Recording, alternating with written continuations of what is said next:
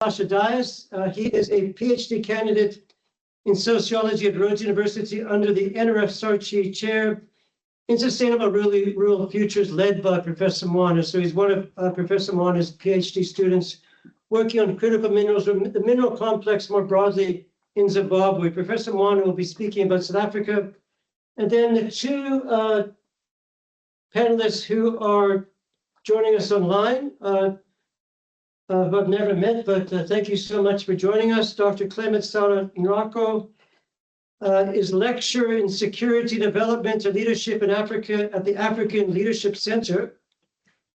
An academic and international development practitioner, he has over a decade of experience leading projects across Africa and the Asia Pacific.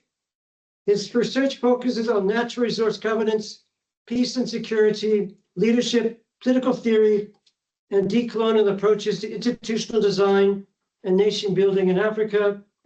And he specializes in qualitative and quantitative research methodologies. And he's published widely reports, book chapters, journal articles, and policy briefs. And certainly last but not least, joining us some time distance difference. We appreciate that it might be morning time for Dr. Brandon Mark Finn.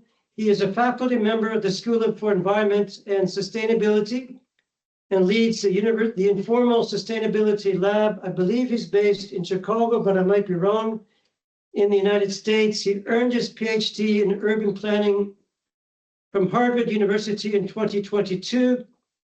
His research focuses on mining, urbanization, and informal sustainability, examining how informal labor and housing shape development and sustainability outcomes.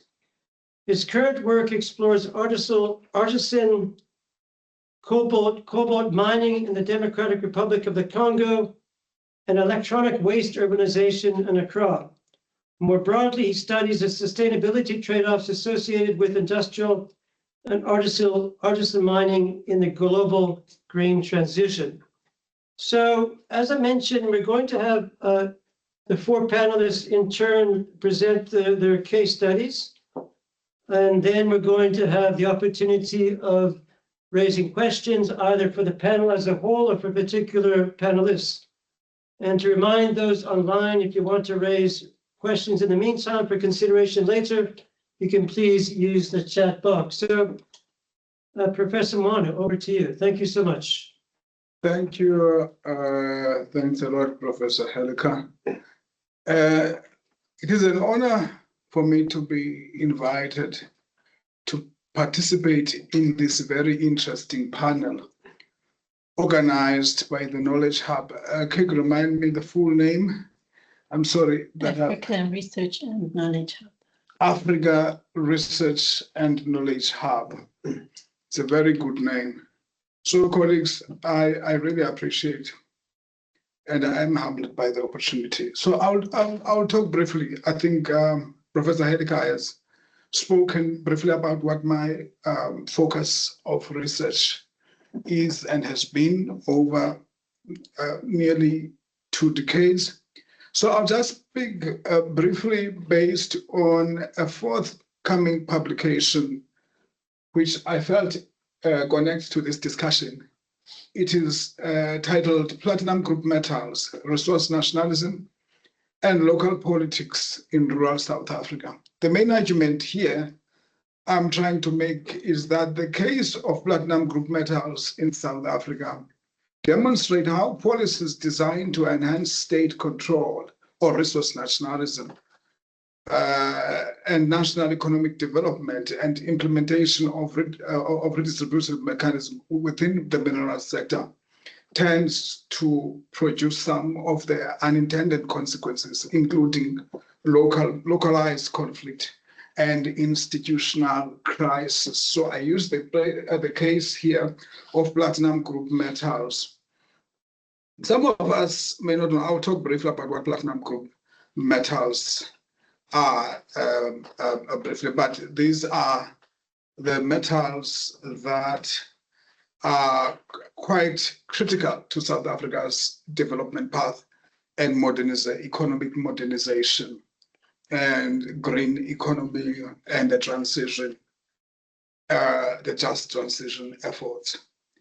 So I argue that what the state has done and the mining sector has done at a local level, because of the unique histories of the places where these minerals are found, they have forged what I called an elite compromise. An elite compromise, a situation whereby the state legitimizes and enables the extraction of minerals, but in this case, platinum group minerals, platinum group minerals production, by empowering local elite, in this case, chiefs, not only to be champions of development, but to be mediators of mineral-rich land. That is quite important when it comes to questions around governance. I'm sorry, I don't have much time. I will just highlight that, I mean, platinum group metals are not the only critical minerals in South Africa. There are other critical minerals like chrome, manganese, vanadium, iron ore, nickel, copper, cobalt, lithium, and rare earth minerals. So South Africa is quite well endowed, and it is channeling and focusing the economy towards the just energy transition efforts. But the platinum group metals became a target, mainly because South Africa holds the largest reserves, known reserves of platinum group metals, about 80% globally. And the output of platinum group metals in South Africa production is unparalleled. So what are platinum group metals? This is a collection of rare minerals, precious minerals that primarily include palladium, platinum, iridium, osmium, rhodium, and ruthenium. They're very interesting characteristics. But before I go in there, maybe let me touch on some of their uses. They are used in a variety of the variety of uses. For instance, they are used in motor vehicles as catalytic in construction of catalytic converters that reduce harmful carbon emissions, and they are used in hydrogen fuel technologies. They are used in as a form of renewable energy, one of the renewable energy strategies, and industrial manufacturing, and electronics, and also in medical technologies. But there are vast uses of these. And South Africa has also put them forward for the production of green hydrogen, where elements of platinum group metals, especially platinum, are used as catalysts in electrolyzers that split the water molecules into oxygen and hydrogen, and then convert the hydrogen into carbon-free electricity. I'm not going to go that deeper in that. I think people who are more qualified in that area can explain further. But what is unique about this is that platinum group metals are mined in what is known as the former homeland areas. These are areas, I mean, you cannot change geological positioning of where the mineral is found. So these are areas where blacks were confined and dumped and denied citizenship, and particularly in largely white cities and commercial farms. And these were the areas where blacks, according to the language they spoke, they were ascribed ethnic identities by apartheid and were confined to live there. And these are highly congested areas that were not aimed to produce anything except cheap migrant labor. So pools of mobile migrant workers were reproduced from generation to generation in the political economy. I think people who know a bit about the history of South Africa will know what that migrant labor played, the role migrant labor played in that political economy. So, but now, lo and behold, and remember during the 1950s, I mean, the gold rush has always been the main focus. I mean, gold, diamond, not that platinum was not known, that it was in huge quantities, but platinum became more increasingly important from the 1980s onwards.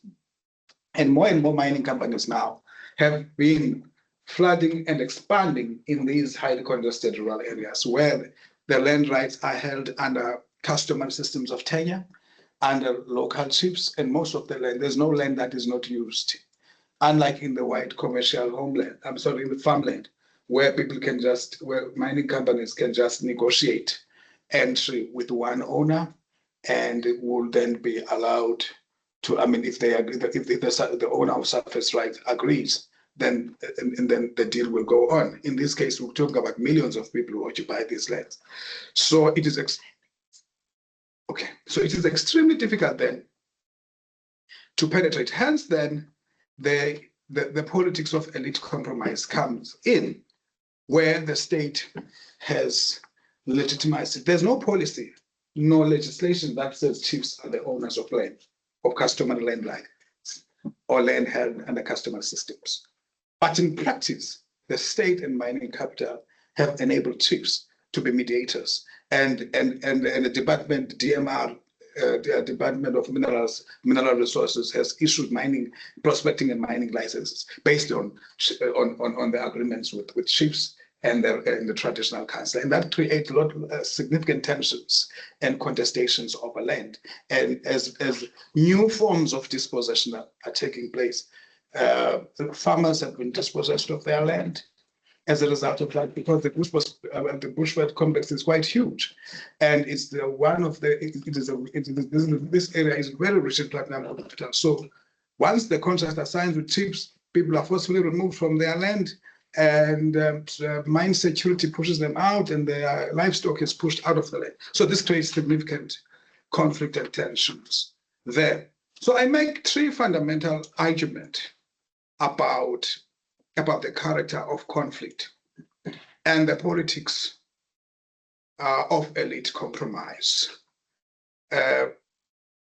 One is that platinum group metals, as strategic minerals or so-called critical minerals, are not merely geological resources. These are deeply political resources at the local level. And secondly, South Africa's attempt to leverage on platinum group metals for national development is constrained by the prolonged conflict that is rooted on land histories in these areas, and politics, local politics, and the politics of elite compromise, and the intensifying distributional conflict. I argue, therefore, I think Kirk said we should give some kind of recommendation. I'm happy to expand on this later on.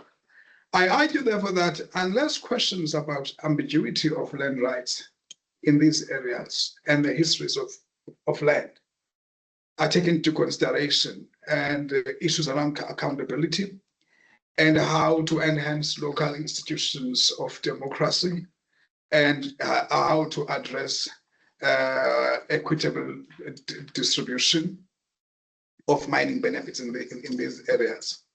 And the local and national politics. Local and national politics, I argue, will continue to pose significant risk to PGMs as they are increasingly targeted as strategic minerals, and to the broader project of resource nationalism, whereby the state want to use resources to enhance economic development and to modernize economic development of a country, and also to pursue economic redress in a country that is constantly being polarized more and more. As you know, inequality and unemployment and other social ills are intensifying in rural South Africa. Unless these things are considered at a local context where these minerals are being mined, because these are deeply rural minerals, critical minerals, and the geography and the geology should connect with an understanding of the politics and the context in which these minerals are extracted. So I'm happy to take questions later. Yeah. Okay. Thank you very much, Professor Moana.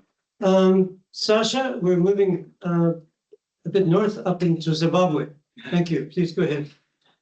Thank you for having me as a panelist. I'm quite honored, and I'm also honored to be on the same panel as my chair supervisor, Prof. Moana. So thank you for having me.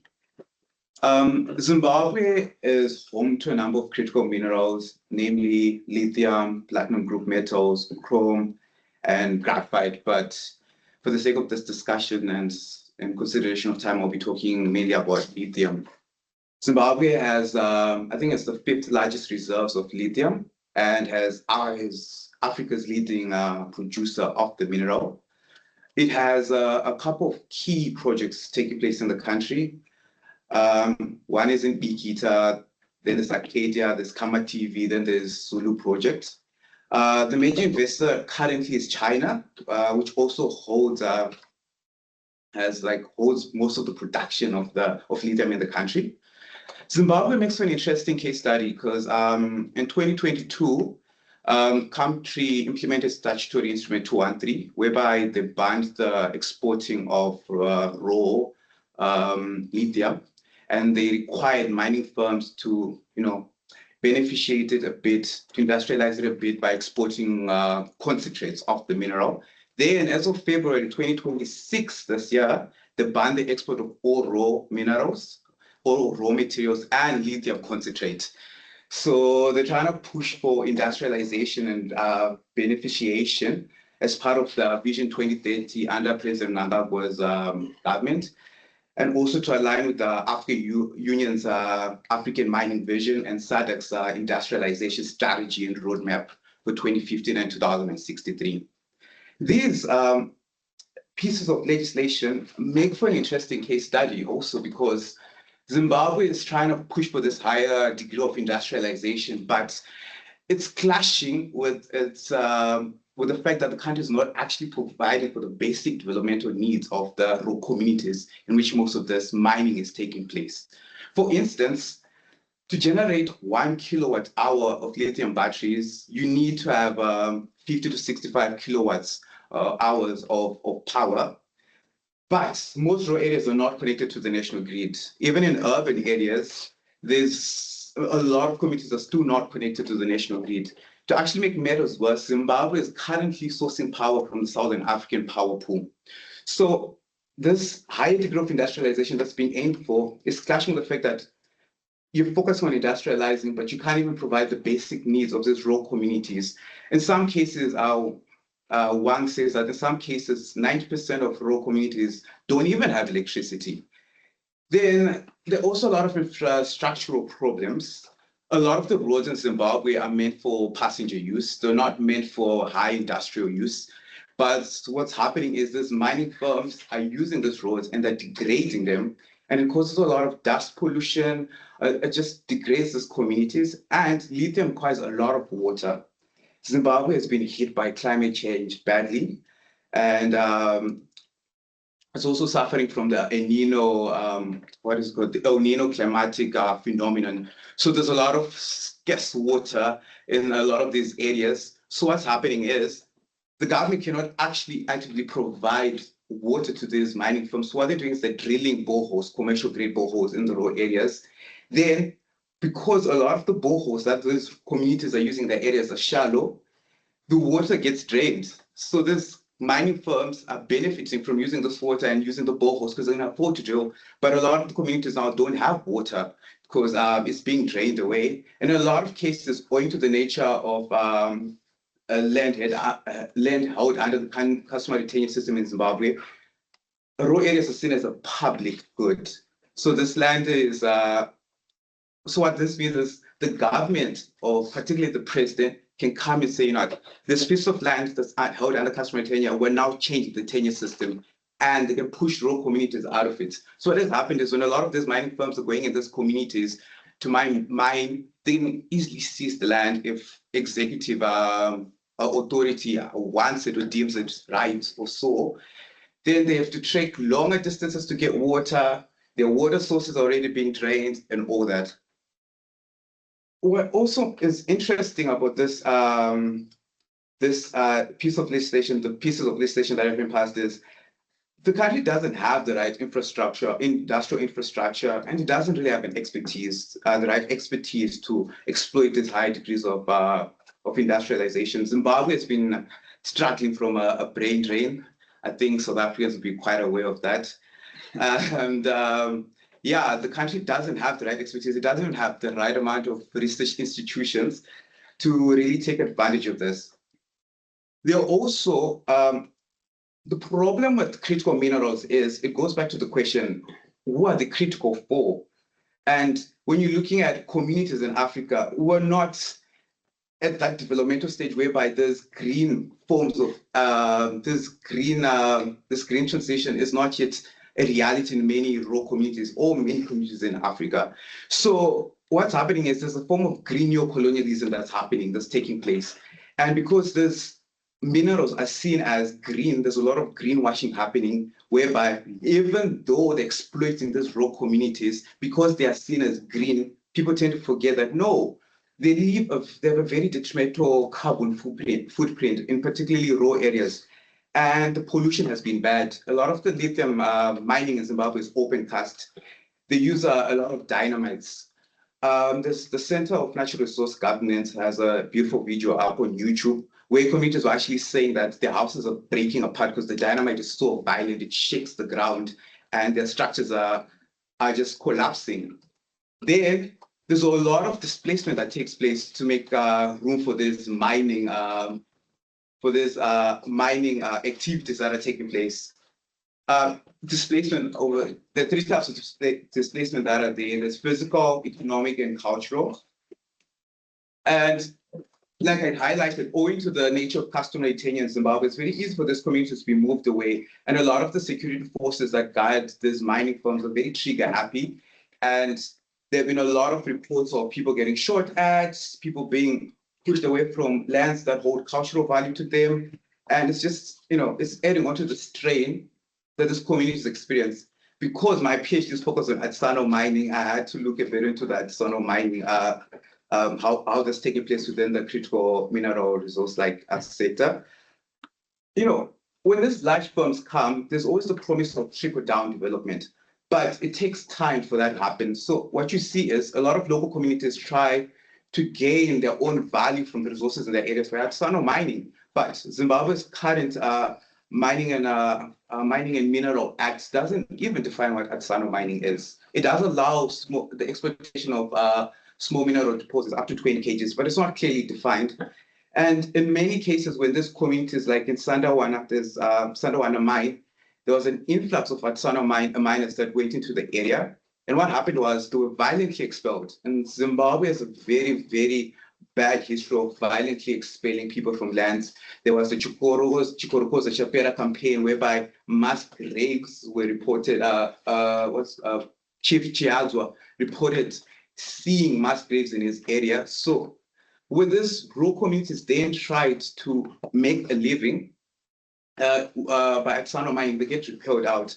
I read an interesting article where one of the people who were expelled out said, when we then go to South Africa, the government tells us to come back, so we build our country. But when we try to artisanal mine, they kick us out. But they blame us for going to South Africa to be informal traders and all that. And I just find it quite interesting. The recommendations I would make is there is a bill that's being debated right now to update the country's legislation, because the Mines and Mineral Act is a colonial piece of legislation. Colonial Act, it doesn't really, engage with the current context we're in right now, the geopolitical world we're in right now. That definitely needs to be worked on. There needs to be an improving in environmental monitoring and enforcement. A lot of the mining firms are taking advantage of this, and a lot of this monitoring and even getting the environmental impact assessment report has been fraught with a lot of corruption. And yeah, I think the government needs to engage in more strategic partnerships to stop relying too much on foreign investment, maybe through using, firms within the region themselves. Funny enough, in the platinum platinum group metals, processing of it. Zimbabwe works a lot with South Africa because they have a very good industrial system set up there. But yeah, that'll conclude everything I say. Thank you. Thank you very, very much, Sasha, for that. Two interesting case studies. I'm sure that there's parallels between them, but also differences as well.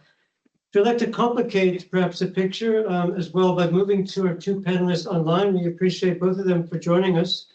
We're going to start, and I apologize if I pronounce your name incorrectly. It's Dr. Clement Sefanyarko.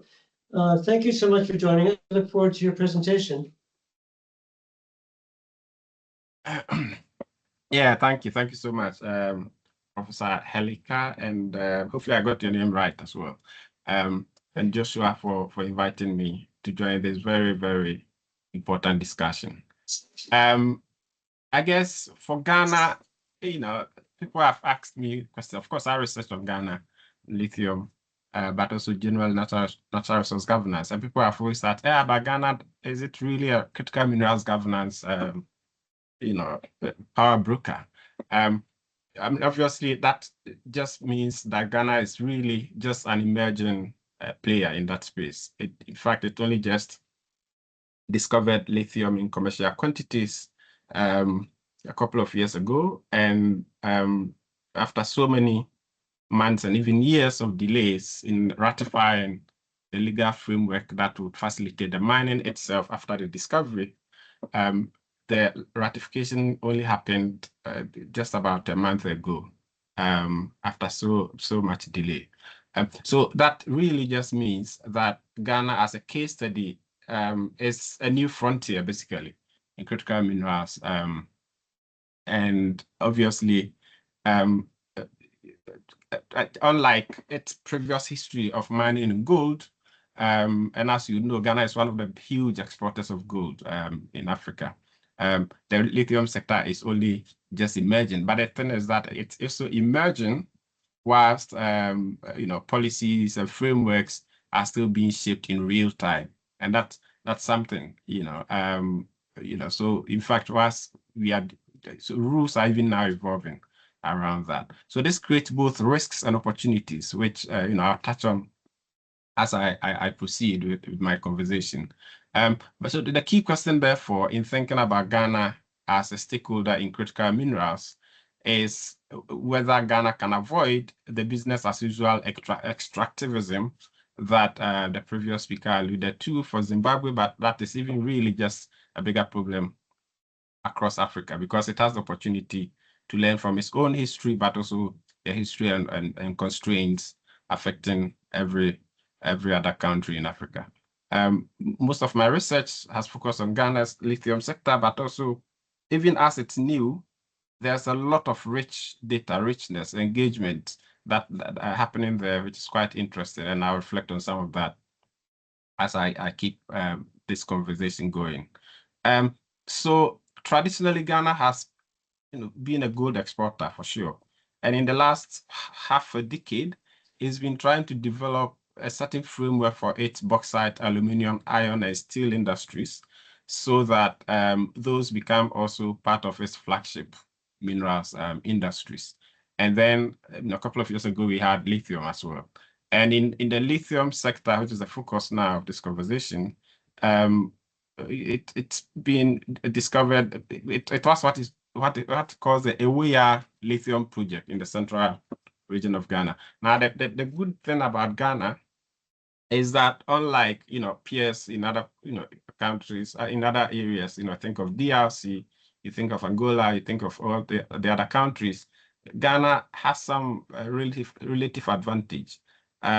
First, it's because of its stable democracy. Basically, for the past few years, in fact, more than 3 decades now, it's had this stable political transition that is able to do liberal elections, transition power from one government to other. That gives it some strategic advantage in terms of how it can position itself in the space. It's also quite investor friendly, and the mining jurisdiction is often very liberal. If you see the way its gold has been, managed, but of course that also creates the challenge of rethinking the whole model of extractive mining in Africa. But also, most importantly, because it's a late entrant, but also it's trying to learn from its own past and then to learn from other countries. There's scope to negotiate and have conversations there, which is good. But obviously, because of the structural constraints around limited value addition, its history around gold and literally every other mineral it has, bauxite, manganese, and even when you think about petroleum as one of its flagship extractives, it's often extract, export for value, no value addition locally. But it also relies a lot on foreign capital, which means that the scope within which the country can navigate and have a stronger voice in negotiation is often reduced, although it's trying to assert its voice now in the lithium sector where it's trying to renegotiate. In fact, it now has a rolling scale royalty framework where the royalty, the proportion of royalty mining companies will pay to the government changes as the global market prices change, which is a new thing, controversial, but it's something the government is trying to rethink and negotiate around. So those would be some of the things. But in terms of the risk that, despite all the advantages, that Ghana has, some of the risks can be mitigated. But I want to frame them within 4 categories where the country is facing some risk, but also just an opportunity for it to rethink, but also plan its mining in a more robust way. The first one is the risk around contracting and negotiation asymmetries, which, as you know, in the mining sector, the state and mining multinational mining companies always have this banter.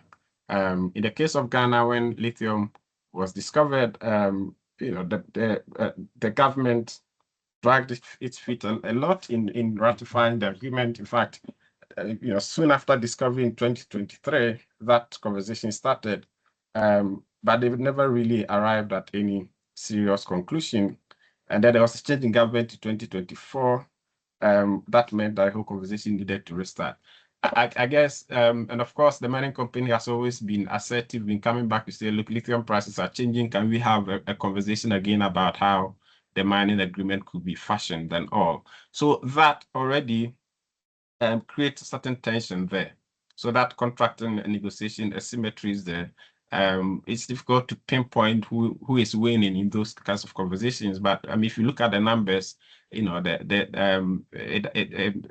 begs the question in terms of who has more advantage.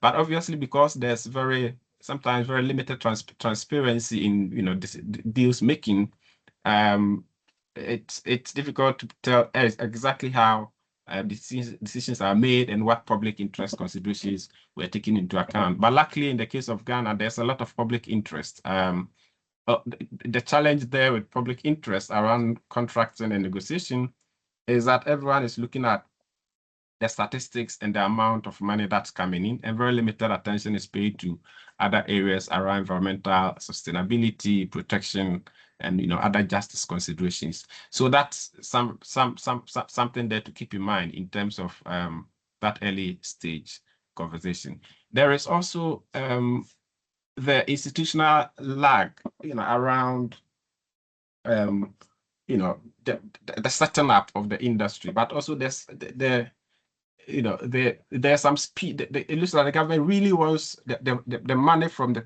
extraction sector, but it's also a bit slow in terms of getting policies and regulatory frameworks in place. And in fact, some scholars, and I have argued as well, that there appears to be a certain degree of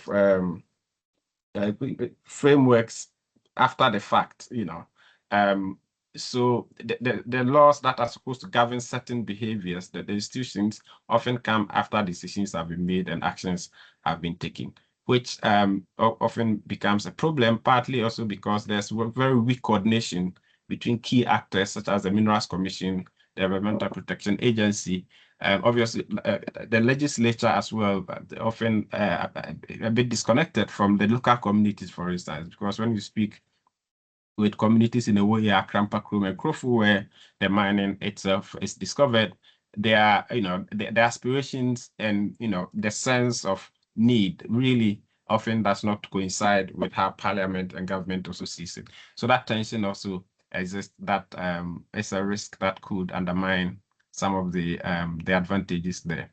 I mean, obviously, that tension between government and local communities, of course, it cannot be as intense as you'd find in war-torn areas like DRC and other places.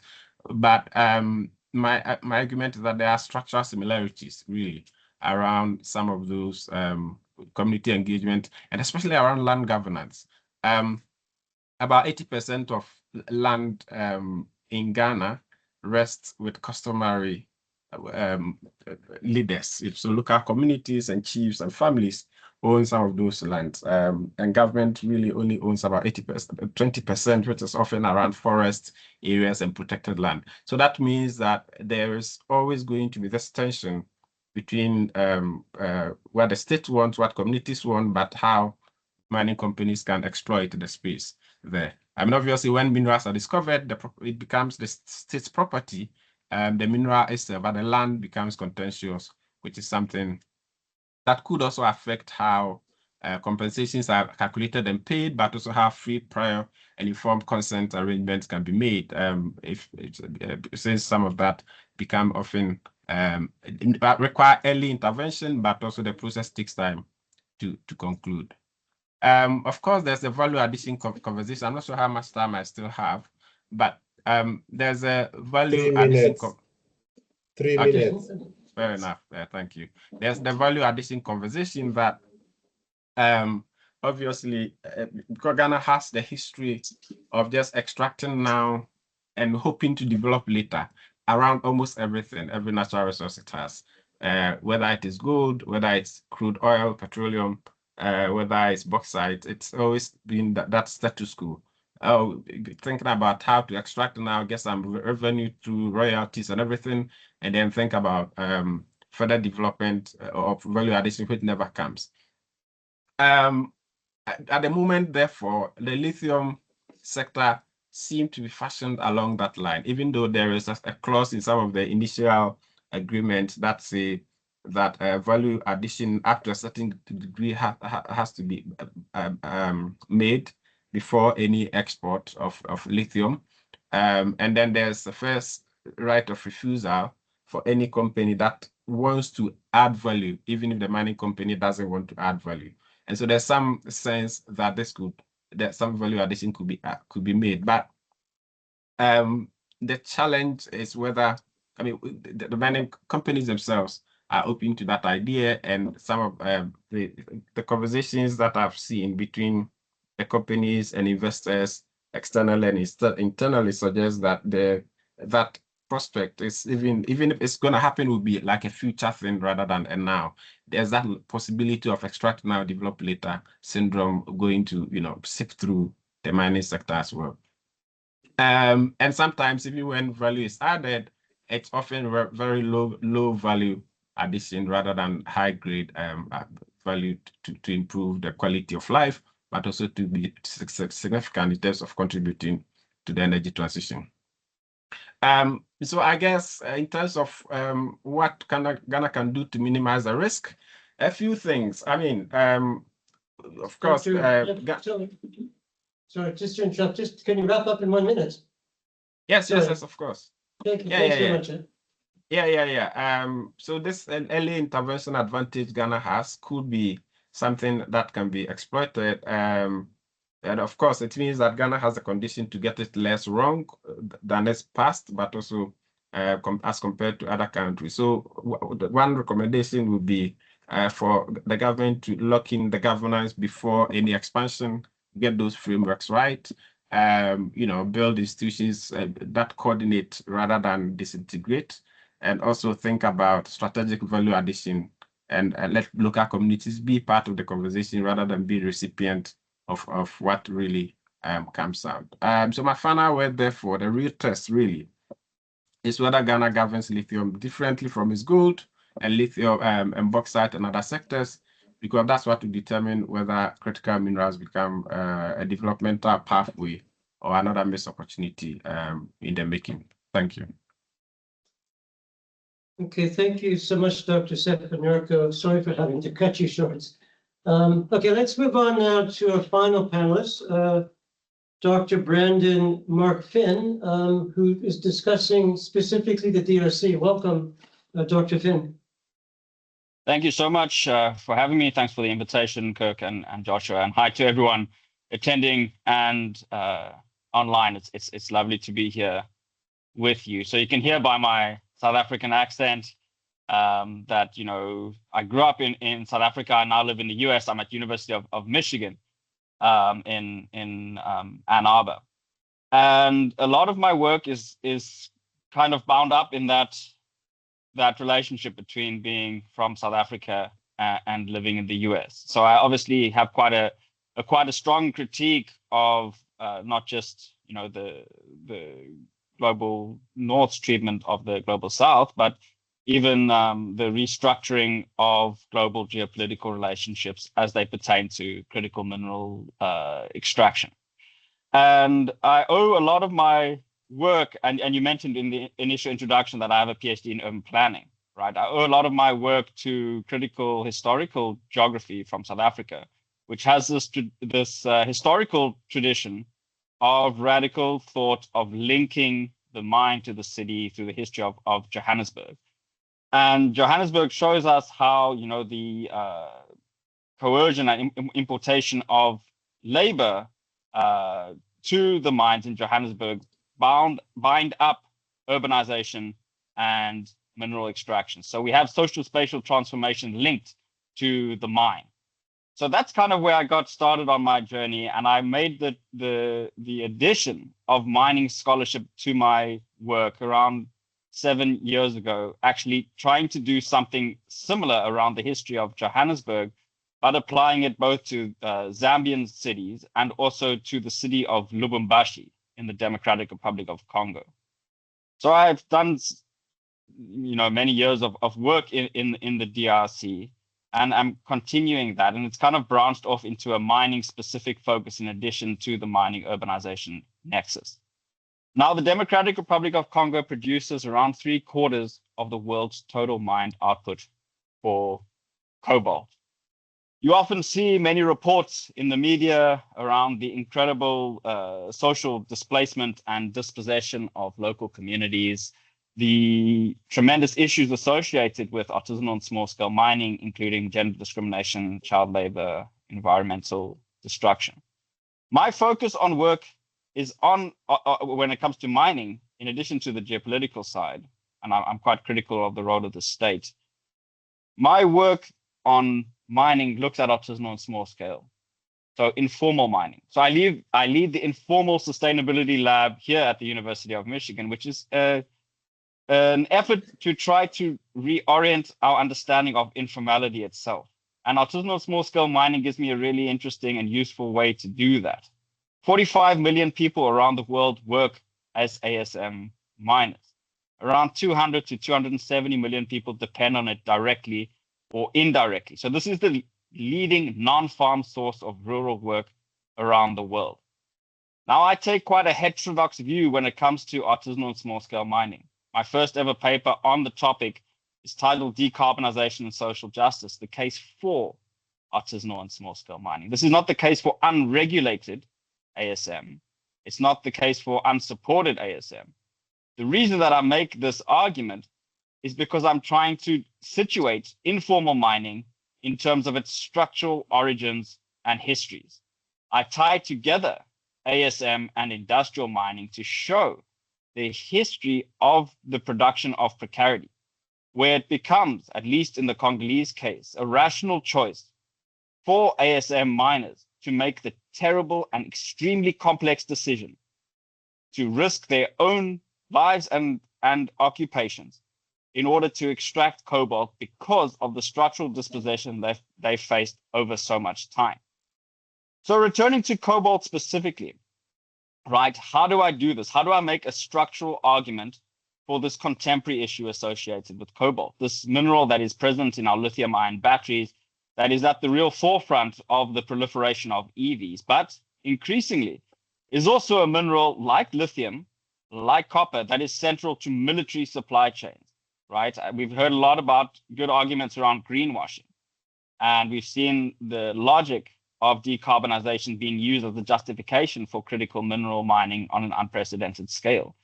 I think this greenwashing we also need to tie to military supply chains and the major tensions that are occurring across the world, principally seen in the US and China geopolitical rivalry that we see now. So when we see a contemporary media report around cobalt, right, and the so-called dirty and illegal side of it associated with ASM, I think we need to ask where this came from, right? I don't think we can just understand something that I regard to be the symptom of structural neglect over time as its principal cause. So to answer that question, in an early paper of mine that I wrote with Patrick Carbonneau, I looked at the history of the city of Lubumbashi, which was initially called Elizabethville, right? This whole region, like the rest of what was then the Congo Free State, was owned by one person, King Leopold II.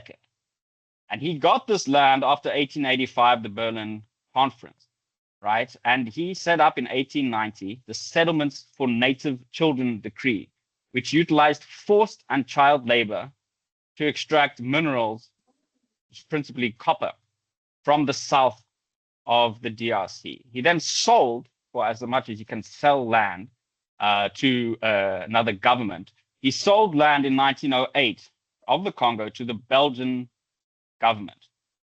And the Belgian government, seeing the northward march of Cecil John Rhodes towards the southern Congo, established a smelter in Elizabethville to establish what was called effective occupation under the 1885 Act. Effective occupation was basically like a marker in the land, letting people know that this is Belgian territory. And why did they want that to be Belgian territory? Because of the incredible deposits of copper, which were radically extracted, especially in the 1920s and then into the 1930s, to line, the electrification of the modern world. Many of the concessions that were then under the ownership of the Belgian company UMHK, Union Minière du Haut-Katanga, really kind of established the kind of land relationships and land ownership upon which later series of dispossessions and inequalities were and continue to be determined. An example of this is the Shinkalobwe mine, just northwest of where Lubumbashi is. The Shinkalobwe mine saw the hand sorting of highly radioactive uranium ore for the Manhattan Project. And much of, and my paper with Patrick Carbonneau shows and argues that much of the uranium used in the atomic bombs came from this same mine, on the same land owned by UMHK.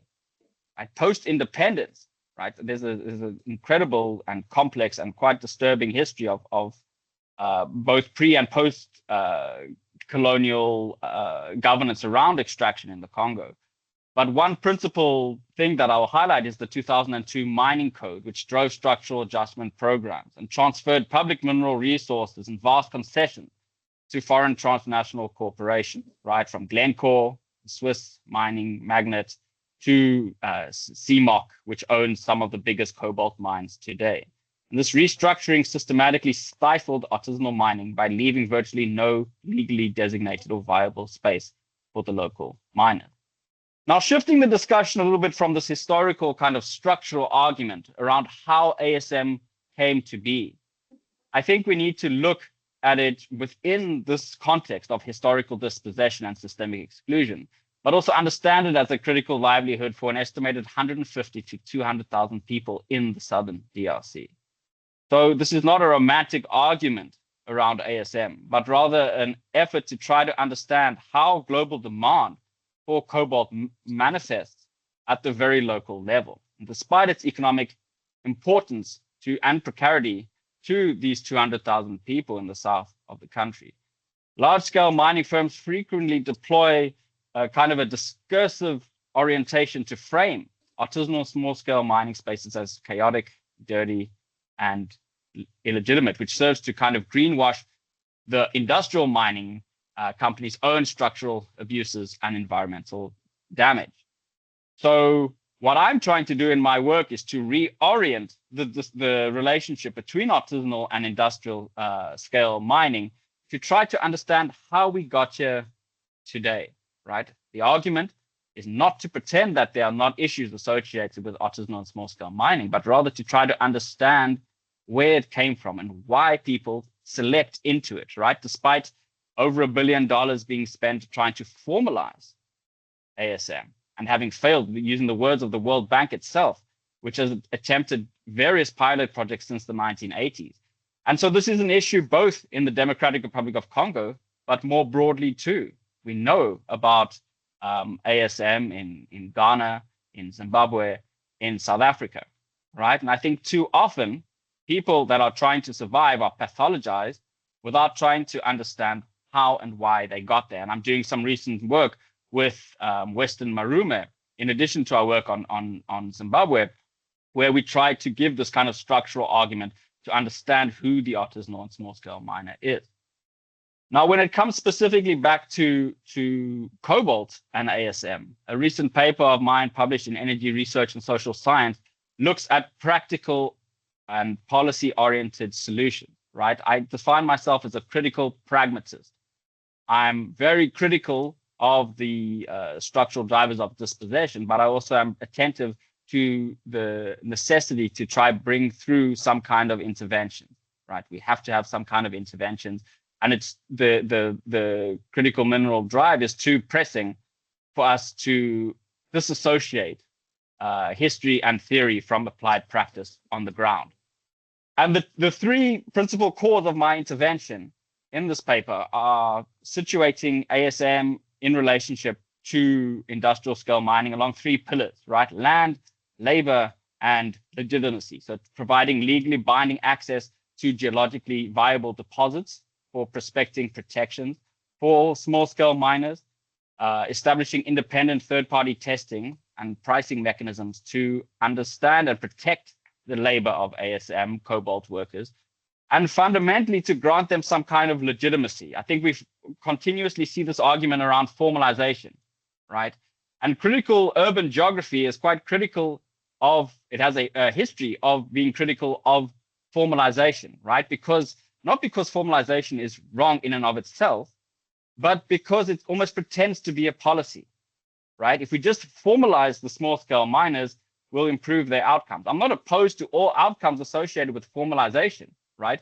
But I am kind of compelled to show that when you raise the barriers of entry to the markets and make formalization the precondition for basic human rights for the 45 million artisanal small-scale miners around the world, you structurally cut them out of livelihood generating opportunities that are pivotal not only to the 250 plus million people that depend on it, but are central to the supply of all minerals throughout the world, and many of the critical minerals on the list, however we define critical minerals.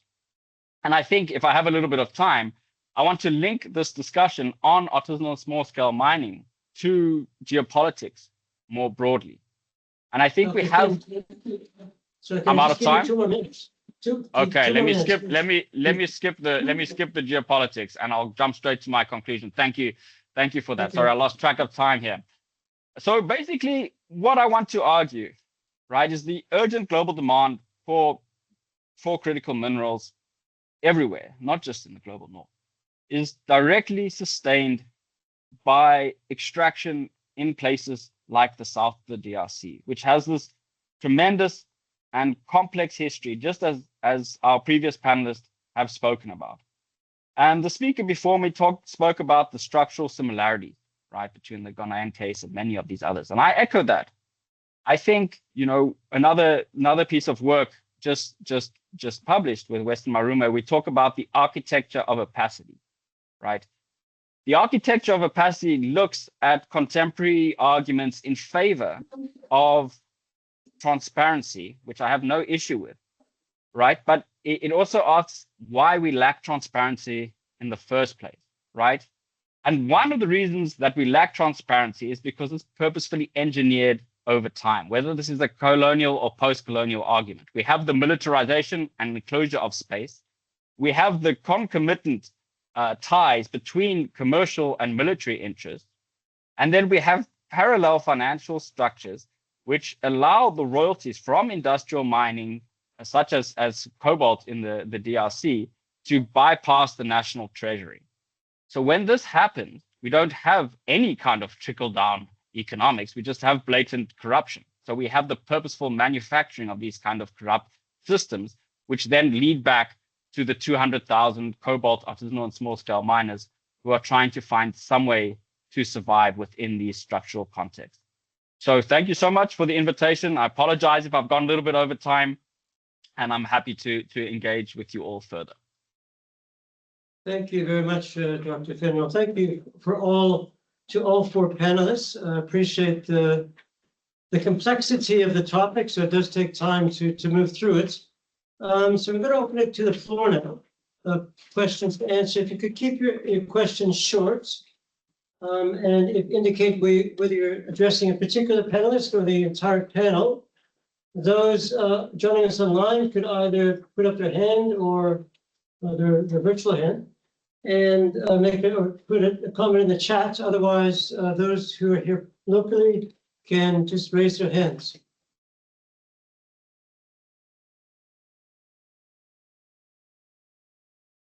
Okay, we have a hand in the room, and let's give the others online time as well to think. So please. Okay, you said keep it short. Sorry? You said keep it short. As much as possible. Okay, I've got 1 or 2 or 3 or 4 questions, but I'll be quick.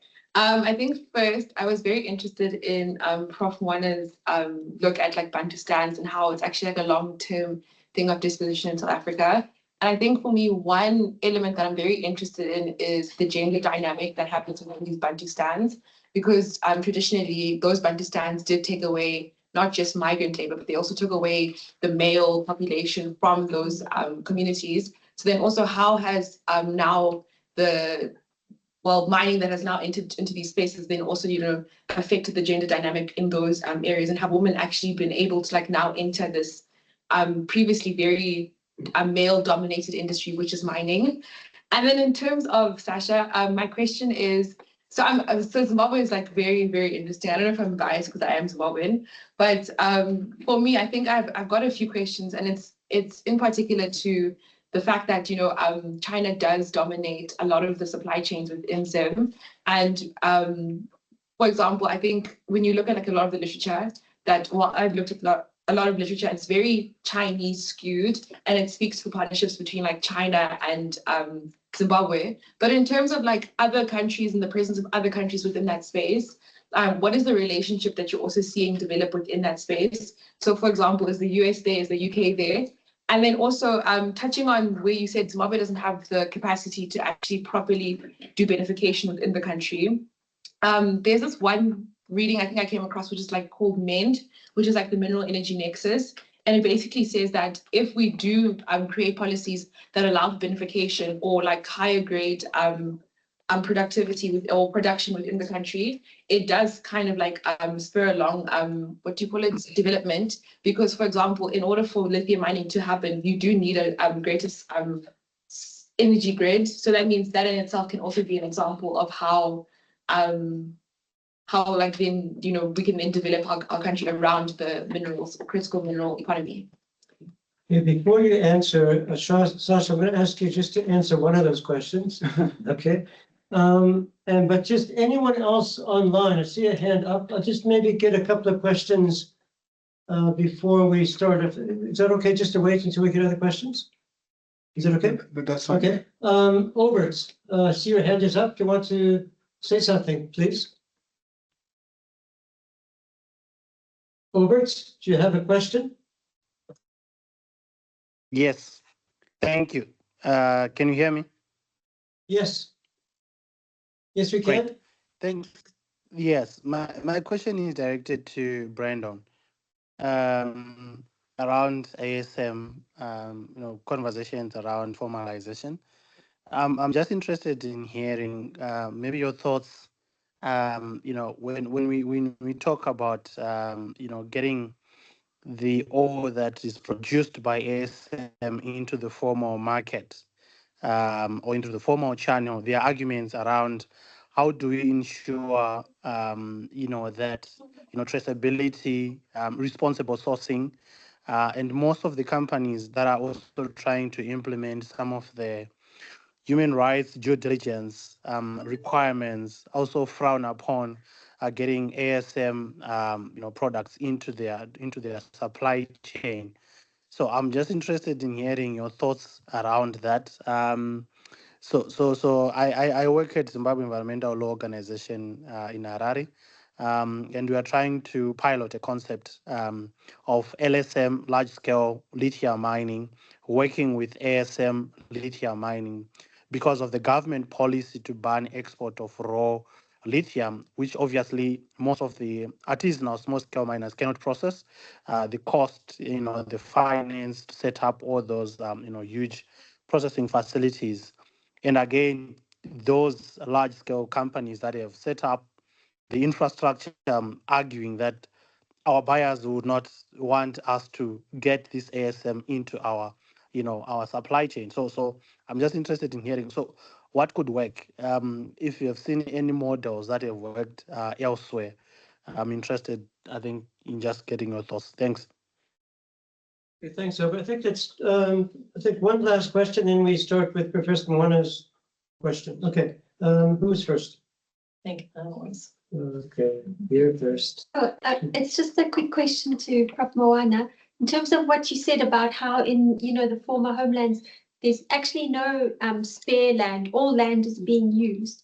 Now, what would you recommend in the case of the Northern Cape, where there are about 600 mining applications to mine basically every patch of land, and the mining companies are just arguing that it's a desert, it's unused land. Yeah, and the Namaqualand area as well. Like what could be done to protect those communities because they're also quite isolated in a way. Okay, one last question is going to, I think let's get the people online to get a question. Isaac, and then we're going to get to Professor Mwana, and then Sasha, then Dr. Finn, and then, okay, Isaac, please go ahead. You'd make your question short as possible. Isaac? Isaac? Isaac? Okay. Do you want Sally to ask a question? Okay, Sally. Okay, thank you. Thank you, Brendan, for adding the ASM context. So I kind of wanted to throw that to the other speakers. I guess my question is, who do you want to have control of the mining of these minerals? Ultimately, the state, private mining companies, or informal artisanal miners? I suppose it's generally that question. I mean, on the Zimbabwean one, for example, this attempt to industrialize and to formalize lithium has meant that basically it's effectively made ASM mining in lithium more or less illegal. And that's had all kinds of weird, like gendered knock-on effects because the Chinese mines that have come in don't employ women miners, but the artisanal miners were women. So I don't know if that was the intention of the industrialization, but I guess I guess my main question is just, who do you actually, ideally, who do you want to see in charge of these mining processes? Okay, Professor Moore, do you want to answer the first question and then that second question? Maybe someone else could respond to Sally. Okay. And then Sasha. Okay, Professor, we only got about 15 minutes left, so we'd like to also get back to Dr. Finn, that question from Obert. So go ahead, please, Professor Moore. Thanks. I'll try to be brief. So your name is again? Sizo. Thanks for that interesting question. Well, the migrant labor as an institution in the broader political economy of apartheid capitalism and industrialization, was premised on the burden of social reproduction that was placed on women, basically.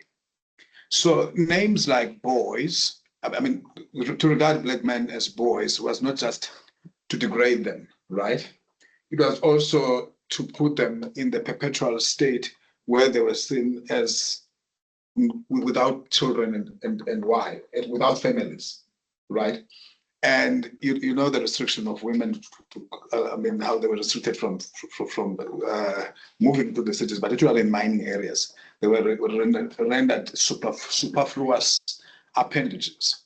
But then, interestingly, if you go to the archives, the archives of many mines are replete with with women, with accounts about women. You know how the different mining bosses would argue that we shouldn't pay the boys, the native boys, inverted commas, more because there are women at home are working the land. You know, and so eventually there was a recognition of women and their role in this entire political economy. I mean, there's a whole history of the Chinese being brought in as boys as well, but were found to be, although more productive, were found to be slightly expensive, and in fact they discontinued them, but they focused on men from Southern Africa. So that then meant that women had never been without a role in the broader economy, particularly the social reproduction pattern to which they were never compensated for. And then, but now post-apartheid, post-apartheid arrangement that came with the mineral policy reform that abolished mine hostels where black men were crammed, almost about 30 of them. I did actually in my early years of research in the mid 2000s in this area. I did slept in many a mine compound before the Velcom completely collapsed. I mean, there will be about 24 to 25 men in these hostels, in these so-called hostels. But they were then abolished, and then most men built shack next to the mine, shacks and small structures next to the mine. So they brought women then with them. Many women migrated to these squatter camps, and that's where many women live. I mean, like for instance, Asanda Penya writes extensively about the women of Maragana and the invisible hands, and how their role has not also it's continued to be marginalized. You know, and in this space, if you look at Asanda Penya and the role of the women's role is still peripheralized. However, there has been a trickle of women.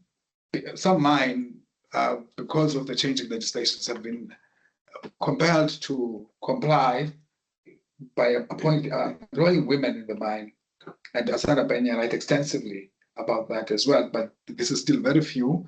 But I've encountered many educated women when I did research with mining companies, being part of the mine middle management, supervisory, community liaison structures. Most of them are women who are middle class and are employed in the mine. So I think the mines use those figures to count the female employees. But I could go deeper into that. But if you look at the social reproduction and the role of women, it's a highly gendered history. So the second question was, sorry, Anna. You argue about the Karoo. There's a very interesting development. So is it in the Karoo? Because really, I mean, Shirley Walker, Stephen Robbins, and many others have argued that the Karoo is not an open land. And also, I'm glad, Anna, you raised the issue of land being used. But that's a very important thing, because I've written critically about, particularly in the context of compensation and the diverse meanings of land, particularly in African context and elsewhere, where the mines and other investors often focus only on the use value of land and say the land is used. There's no such a thing as no man's land being used or not used. I mean, land carries far more meaning than just being a resource or being used actively at the time. So people get compensated for how many pumpkins were there when we relocated you, how many where bags of sorghum you would have harvested, had, and all of that. And they were given once off. So that's where the contestations lie. I mean, even I do not agree even with the emerging scholarship that says that a lot of land, arable land in the former homeland areas is not being used. Then there's never a land that is not being used. People belong to land is about identity. Land is about people where people can live cheaply, where people can bury, where people can identify a place they identify as home. There are multiple non-productive meanings of land, and not non-productive, actually beyond production meanings of land that are not attached to market exchange or other mechanisms and arguments. So coming to the Karoo question, then it's already starting from a very problematic position that the land is not being used. And I would think that the DMR, I'm not saying that it happened, I have no empirical, I would think that this is their take on the matter, that if the land is not being used, especially the Karoo is being targeted for wind harvesting, and fracking and massive mining operations, and I would think that the state will issue prospecting licenses like sweets to prospectors and potential investors, and that is quite problematic because one of the dynamics about the Karoo is that most of the land in the Karoo is privately owned. You'll find that it is owned largely by white individual families, but there are communities there. Clustered, very poor, impoverished communities that work on those farms, on those sheep farms, ostrich farms, and all of that, who are clustered in that. So then it becomes easier for them, for the mines and the state to negotiate with a single owner of the farm, who could actually, inflate the price they need if it had minerals in. Although, interestingly, minerals are not property anymore. The state and minerals are under state custodianship. So it's under the new, it's no longer new now, it was put in place in 2004, MPRDA. So the state is a custodian of all minerals on behalf of all citizens and on behalf of the nation. However, in the context where land is privately held, you would find that the state's power is significantly weakened. In fact, the state sometimes cooperate in the interest of revenues and taxes that they would acquire should the mines make profit. So I think those are the dynamics that need to be explored. But I would think that most land in the areas we're talking about is held by privately, and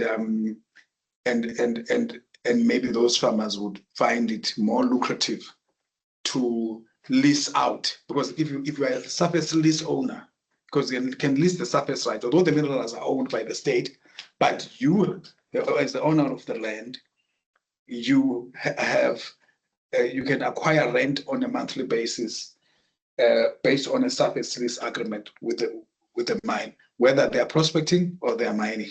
So anyway. Thank you, Professor Moore. Okay, Sasha, I'm going to give you one question to answer.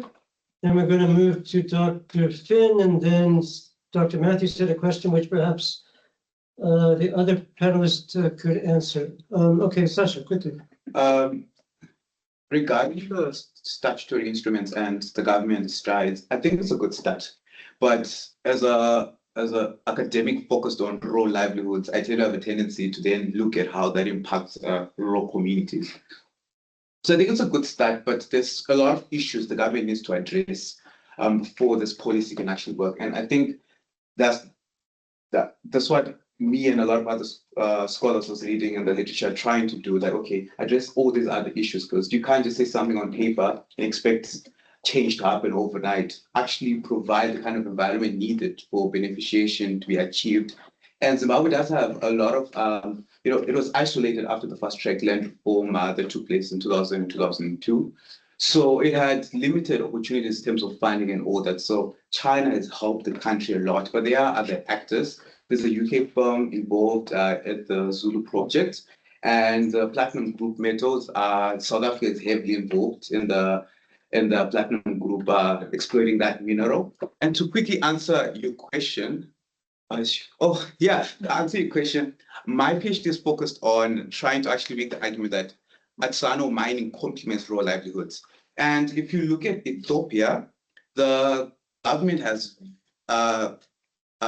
legislation that acknowledges artisanal mining, and they buy the artisanal gold at a 5% premium. And what this has happened, what this has affected is it has helped local communities. So I think both need to be there. You need to have artisanal mining to help these rural communities who are located where the minerals are in their land, Then you need to have also the LSM also thriving. So I think it should be both, because I'm making an argument close to what Dr. Finn was saying, that artisanal mining does complement rural livelihoods, particularly in the context of the declining viability of agriculture. So I have a bit of a bias, but yeah, I'll say both. Okay, thank you, Sasha. Dr. Finn, I don't know whether Obert is still here, but I don't see him. But I'd like you to answer. I'm here. Obert. Is Obert here? No. So Dr. Finn, there's a person who asked you the question. Obert is not here, but I'd like you to answer the question as quickly as possible. But make sure that you get in contact with Obert, so I know him from Zimbabwe, in case you want to carry on the conversation with him. Yeah, I would love to connect with him if someone has his email. I'd appreciate that. But basically, my argument, I think, and it's grounded in the historical argument that I made, is that I think we need to see the outcomes of ASM and the activities of large-scale mining under the same kind of conceptual frame.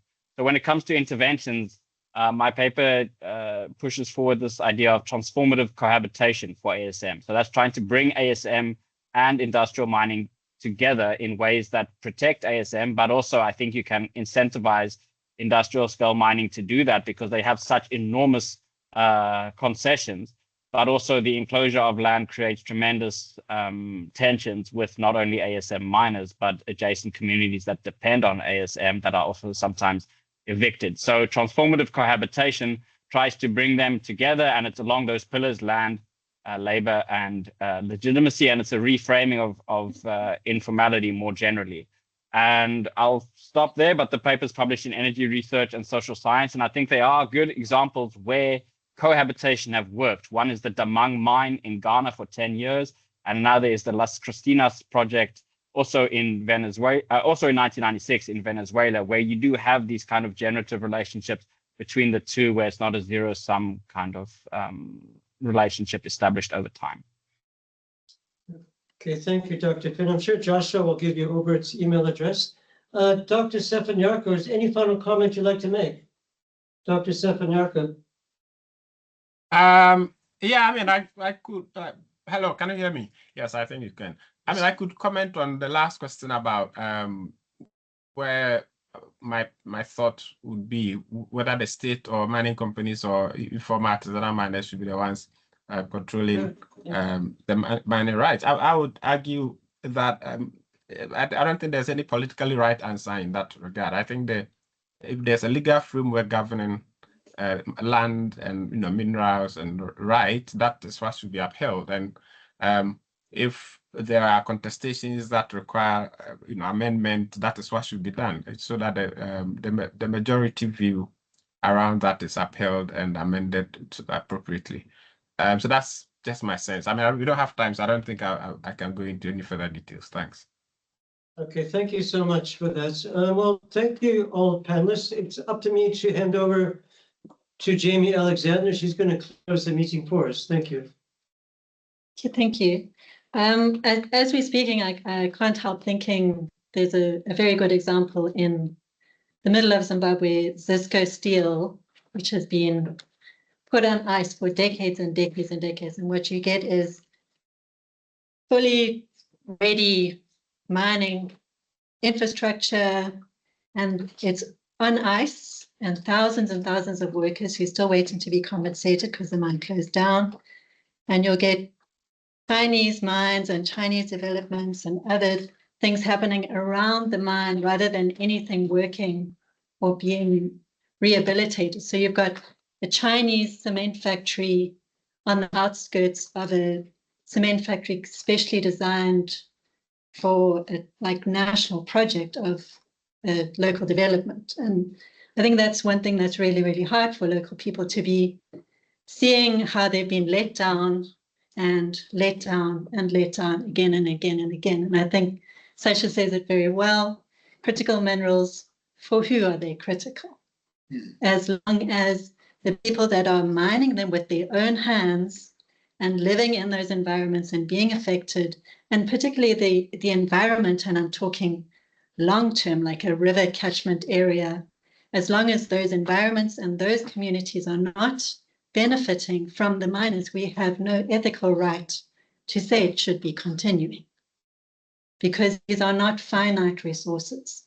In some cases, this might be the only chance that area has for development. And when we say development, we're meaning development that would be benefiting women and children and local men that are not elite. So if we want to carry on mining and we want to use these as pathways of development, they have to be benefiting the local communities, and they have to be benefiting in some way the local environment. So what has happened in Zisco, if you look at Google Earth, you can see exactly, because you can go backwards and forwards in Google Earth, when the mine shut down, because then people started cutting trees. So you can see in about a 10, 15-year gap, cutting trees became the only source of income for thousands and thousands of miners who were legally employed by a mine that should still be running to this day.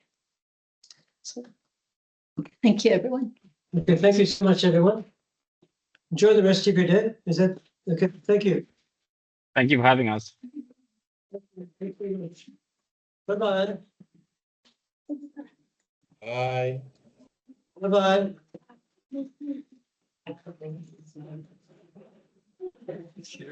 Thank you. There is some light snacks somewhere around the corner. Yeah. For those who are here. Joshua, thank you so much. Still there? Yeah. Bye. Bye-bye, Joshua. Thank you. Thank you. It's in the Western. Thank you. Bye-bye. Hi.